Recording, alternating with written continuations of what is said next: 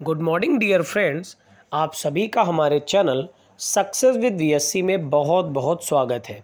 उम्मीद करता हूँ आप सभी स्वस्थ होंगे और आपकी पढ़ाई भी बढ़िया चल रही होगी। आज है 26 अक्टूबर 2022। तो आज की क्या है इम्पॉर्टेंट करंट अफेयर और आज मैंने स्टैटिक जीके में क्या खास रखा है, ये जानने से पहले मैं आपको बता दूं कि जिस किसी भी मेरे स्टूडेंट को इस वीडियो से रिलेटेड कंटेंट का पीडीएफ चाहिए हो, वीडियो के डिस्क्रिप्शन में टेलीग्राम का लिंक दिया गया है, जहां पे जाकर आप जुड़ सकते हैं और डेली पीडीएफ को ले सकते हैं। यह डेली पीडीएफ आपकी पढ़ाई में रिवीजन का काम करेगी, तो आप इसे ज़रूर लिया करिए। बढ़ते हैं फिलहाल आज की पहली इंपॉर्टेंट करंट अफेयर की तरफ। तो आज की पहली इंपॉर्टेंट करंट अफेयर है एक सप्ताह से। सप्ताह हो या कोई महीना हो, जो किसी भी महीने में आयोजित किया जाता हो, ये बहुत ज़्यादा इम्पॉर्टेंट होता है हर एक एग्ज़ाम के लिए।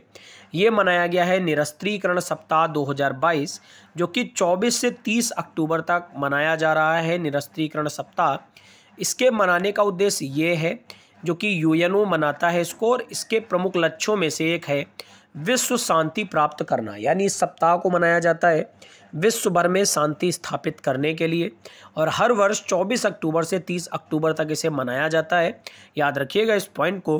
कुछ और पॉइंट जाने तो 24 अक्टूबर संयुक्त राष्ट्र की स्थापना का वर्षगांठ वर्ष है, जिसके बाद से 1978 से इसे मनाया जाता है।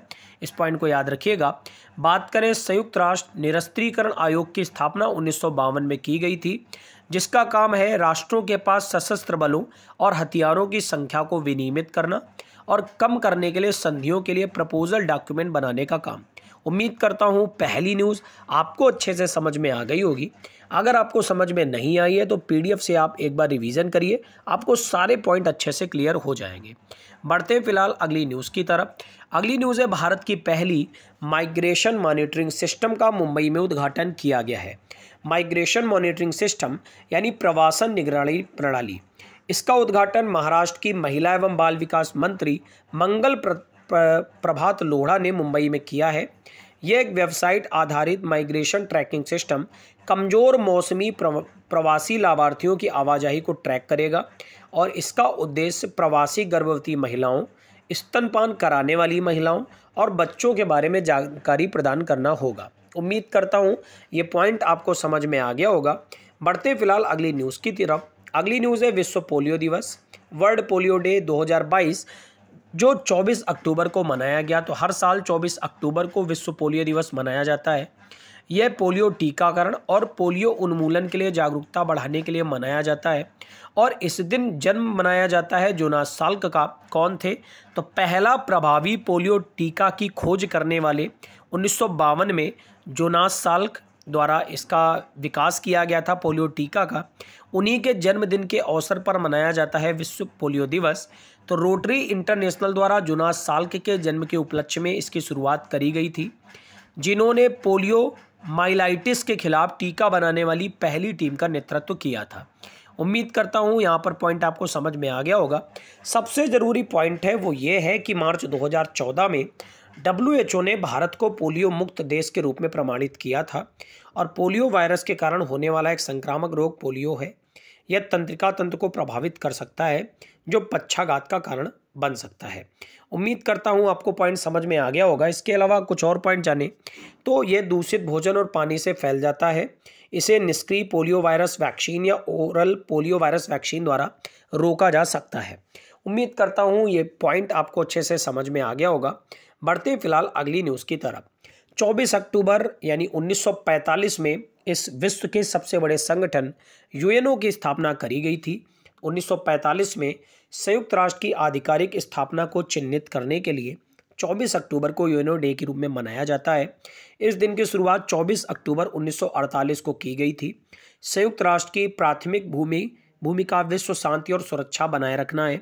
1971 में संयुक्त राष्ट्र महासभा ने सलाह दी और सुझाव दिया कि 24 अक्टूबर को संयुक्त राष्ट्र के सभी सदस्य देशों द्वारा सार्वजनिक अवकाश के रूप में मनाया जाएगा। 1945 के 24 अक्टूबर को संयुक्त राष्ट्र की स्थापना की गई थी, और संयुक्त राष्ट्र अमेरिका के राष्ट्रपति फ्रैंकलिन डी रूजवेल्ट ने संयुक्त राष्ट्र नाम दिया था और इसका इस्तेमाल पहली बार द्वितीय विश्व युद्ध के दौरान 1 जनवरी 1942 को किया गया था। यानी जब विश्व युद्ध हो जाता है तो विश्व को एक ऐसे संगठन की जरूरत होती है जो विश्व में शांति बनाए रखे, जिसके बाद यूएनओ की स्थापना करी गई थी। तो बहुत ज़्यादा इंपॉर्टेंट पॉइंट है। बता दें आपको, यूएनओ के वर्तमान में अध्यक्ष एंटोनियो गुटेरेस हैं। हेडक्वार्टर यूएनओ का कहाँ पड़ता है ये आप कमेंट कॉलम में बताएंगे, और यूएनओ के अंदर कितने देश वर्तमान में सदस्य हैं ये भी आप कमेंट कॉलम में बताएंगे। बढ़ते हैं फिलहाल अगली मोस्ट इंपॉर्टेंट न्यूज़ की तरफ। अगली न्यूज़ है अन्ना मे वोंग। ये एक नाम है, अन्ना मे वोंग अमेरिकी मुद्रा पर प्रदर्शित होने वाली पहली एशियाई अमेरिकी बनी है। तो भारत से अगर कोई न्यूज़ है तो बहुत ज़्यादा इंपॉर्टेंट होती है अपने आप में। जैसा कि आपको पता है, भारतीय मूल के ऋषि सुनक ब्रिटेन के नए प्रधानमंत्री बने, हमारे देश के लिए बड़े गौरव की बात है। यानी ब्रिटेन ने हमारे देश पर कितने सालों तक शासन किया और कोई भी बड़ा व्यक्ति ब्रिटेन का हमारे देश में शासन नहीं कर पाया। अब भारत के एक व्यक्ति ने जाकर वहां पर प्रधानमंत्री का कार्यभार संभाला है, तो हमारे देश के लिए कितने बड़े गौरव की बात है, आप खुद ही समझ सकते हैं। तो अन्ना मे वोंग अमेरिकी मुद्रा पर प्रदर्शित होने वाली पहली एशियाई अमेरिकी बनेगी। प्रसिद्ध हॉलीवुड स्टार अन्ना मे वोंग की तस्वीर को देश भर के $25 के सिक्कों पर अंकित किया जाएगा, और ये सिक्का अमेरिकी महिला क्वार्टर कार्यक्रम का 5वां डिजाइन होगा। अन्ना मे वोंग की बात करें तो उन्होंने 60 से अधिक फिल्मों में अभिनय किया है, और उन्हें पहले एशियाई अमेरिकी फिल्म स्टार के रूप में पहचाना गया। 14 साल की उम्र में इन्होंने अभिनय किया था द टोल ऑफ द सी में इन्होंने मुख्य भूमिका निभाई थी, और 1960 में हॉलीवुड वॉक ऑफ फेम में एक स्टार मिला, और अगले साल उनकी मृत्यु भी हो गई थी। तो ये इंपॉर्टेंट पॉइंट है। बढ़ते फिलहाल अगली न्यूज़ की तरफ। अगली न्यूज़ है 24 अक्टूबर को बंगाल की खाड़ी में एक चक्रवात आया जिसका नाम है सितरंग। क्या नाम है? सितरंग। तो भारत मौसम विज्ञान विभाग ने 2018 के बाद बंगाल की खाड़ी में बनने वाला पहला चक्रवात की घोषणा की, जिसका नाम होगा सितरंग। इस चक्रवात का नाम थाईलैंड ने दिया है। कोई भी चक्रवात अगर आता है उसका कौन सा देश द्वारा नामकरण किया जाता है, यह पॉइंट आपको याद रखना पड़ता है, क्योंकि आपके एग्जाम में यही पॉइंट पूछा जाता है कि कौन से देश ने नामकरण किया है। तो इस चक्रवात का नाम थाईलैंड ने दिया है। 25 अक्टूबर तक पश्चिम बंगाल बांग्लादेश के तटों के करीब पहुंच गया है, और लगभग 40 से 45 किलोमीटर प्रति घंटे की हवाएं अंडमान और निकोबार द्वीप समूह के ऊपर से गुजरी हैं। याद रखिएगा, 2018 में चक्रवात तितली बंगाल की खाड़ी में बनने वाला आखिरी उष्णकटिबंधीय चक्रवात था। याद रखिएगा, बंगाल की खाड़ी में पिछले 131 सालों में 61 तूफान आए हैं। बढ़ते हैं फिलहाल अगली इंपॉर्टेंट न्यूज़ की तरफ। अगली न्यूज़ है भारत की अंतरिक्ष अर्थव्यवस्था 2025 तक $13 अरब तक पहुंच जाएगी, ऐसा एक रिपोर्ट में कहा गया है, और ये रिपोर्ट निकाली गई है developing the space ecosystem in India focusing on inclusive growth के अनुसार। तो भारत की अंतरिक्ष अर्थव्यवस्था 2025 तक 12.8 मिलियन तक पहुंचने की उम्मीद है, यानी लगभग $13 अरब तक। रिपोर्ट इंडियन स्पेस एसोसिएशन और अर्नस्ट एंड यंग द्वारा जारी की गई थी। कारण क्या है? तो निजी भागीदारी में वृद्धि, छोटे उपग्रहों की बढ़ती मांग। याद रखिएगा। बढ़ते हैं फिलहाल अगली न्यूज़ की तरफ। आपको कमेंट कॉलम में बताना है कि इसरो द्वारा 36 सैटेलाइट किस एक संस्था के लॉन्च किए गए और वो कहाँ किए, ये भी आप कमेंट कॉलम में बताएंगे। बढ़ते हैं फिलहाल अगली न्यूज़ की तरफ। अगली न्यूज़ है red bull formula 1 racing team के संस्थापक डिट्रिच मात्सचिट्स का निधन हो गया है। तो energy drink company red bull के सह संस्थापक और red bull formula 1 racing team के संस्थापक ऑस्ट्रियाई अरबपति डिट्रिच मात्सचिट्स का निधन हो गया है। 78 वर्ष के थे। बहुत ही इंपॉर्टेंट पॉइंट है, आपको बताना है फेरारी ड्राइवर कौन से हैं जो बार बार कोई ना कोई ग्रैंड प्रिक्स जीत जाते हैं, आपको कमेंट कॉलम में बताना है। अगली न्यूज़ पर बढ़ेंगे। इसके अलावा एक मेरा क्वेश्चन और रहेगा, सर्जियो पेरेज ये किस गाड़ी के ड्राइवर हैं। बढ़ते हैं फिलहाल अगली न्यूज़ की तरफ। अगली न्यूज़ और आखिरी न्यूज़ है 10 लाख कर्मियों को नियुक्त करने के लिए रोजगार मेला भर्ती अभियान का पहला चरण शुरू किया गया है। तो माननीय नरेंद्र मोदी जी ने 22 अक्टूबर को 10 लाख कर्मियों को नियुक्त करने के लिए रोजगार मेला भर्ती अभियान को शुरू किया है, और इसमें पहली ही बार में 75,000 नए नियुक्त लोगों को नौकरी दी जाएगी। याद रखिएगा। इसके अंतर्गत 38 सरकारी मंत्रालय और विभागों को शामिल किया गया है। तो ये थी आज की इंपॉर्टेंट करंट अफेयर। अब बढ़ेंगे इस वीडियो के सबसे इंटरेस्टिंग पार्ट की तरफ, जो कि ओल्ड करंट अफेयर का रिवीजन है। जैसा कि आपको पता है कि आने वाले एग्जाम्स को टारगेट करते हुए हम लोग जून महीने से ओल्ड करंट अफेयर को कवर कर रहे हैं। तो आज जुलाई महीने के तीसरे सप्ताह का तीसरा पार्ट मैं आपके सामने लेकर आया हूँ। तो चलिए शुरू करते हैं और देखते हैं कौन कौन से पॉइंट जरूरी हैं। पहला पॉइंट है, जेद्दा सुरक्षा और विकास शिखर सम्मेलन कहाँ संपन्न हुआ? तो सऊदी अरब में। हेनले पासपोर्ट इंडेक्स 2022 में भारतीय पासपोर्ट की रैंक क्या रही? तो 87 रही। किस शहर ने ग्रीष्मकालीन ओलंपिक खेलों 2028 की मेजबानी करने की घोषणा की है? तो लॉस एंजल्स। इस टाइप के क्वेश्चन ओल्ड नहीं होते हैं, ये आपके एग्जाम में हमेशा आते रहते हैं, जो फ्यूचर प्लानिंग वाले क्वेश्चंस होते हैं। फिर अगला क्वेश्चन है, ऊकला के स्पीड टेस्ट ग्लोबल रेटिंग के अनुसार मोबाइल स्पीड इंडेक्स 2022 में भारत की रैंक क्या है? तो है 118 रैंक। एशिया युवा और जूनियर भारोत्तोलन चैंपियनशिप 2022 में किसने स्वर्ण पदक जीता? तो इनका नाम था हर्षदा गरुड़। जुलाई 2022 में श्रीलंकाई संसद में हुए राष्ट्रपति चुनाव को 134 मतों से किसने जीता था? तो इनका नाम था रानिल विक्रमसिंघे। जुलाई 2022 में सेबी यानी भारतीय प्रतिभूति और विनिमय बोर्ड के कार्यकारी निदेशक के रूप में किसे चुना गया था? तो प्रमोद राव नाम था। सेबी का हेडक्वार्टर कहाँ है और सेबी की स्थापना किस एक एक्ट से करी गई थी? आप कमेंट कॉलम में बताएंगे। किस टेलीकॉम कंपनी ने हाल ही में भारत के पहले 5G निटी नेटवर्क का सफल परीक्षण किया? तो यह है भारती एयरटेल। किस दिन को अंतर्राष्ट्रीय शतरंज दिवस के रूप में मनाया गया? तो 20 जुलाई को।